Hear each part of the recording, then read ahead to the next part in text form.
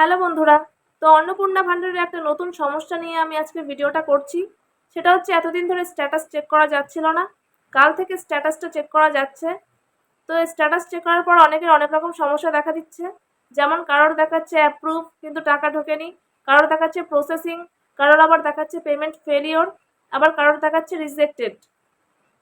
তো আমার মায়ের 1 তারিখে টাকা ঢোকেনি। তো আমরা যখন স্ট্যাটাসটা চেক করি তখন দেখাচ্ছে রিজেক্টেড, মানে ফর্মটা রিজেক্ট হয়ে গেছে।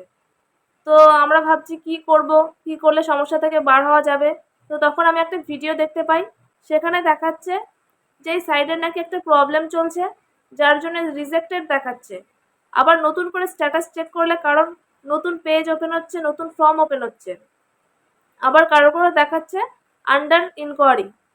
তো আমি সেই ভিডিওটা দেখার পর সকালে যখন স্ট্যাটাস চেক করি তখন রিজেক্টেড দেখাই, ভিডিওটা দেখার পর রাতে আবার স্ট্যাটাসটা যখন চেক করি তখন কিন্তু আন্ডার ইনকোয়ারি দেখাচ্ছিল। তো তোমাদের যাদের যাদের রিজেক্টেড দেখাচ্ছে তারা টেনশন না করে তাড়াতাড়ি দেখো যে তোমাদের স্ট্যাটাসটা কি দেখাচ্ছে, আন্ডার ইনকোয়ারি নাকি রিজেক্টেড।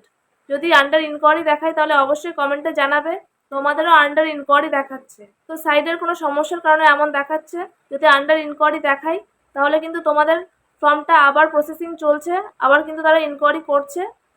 তো ভিডিওটি ভালো লাগলে অবশ্যই একটা লাইক করে দেবে আর চ্যানেলটা সাবস্ক্রাইব করে রাখবে।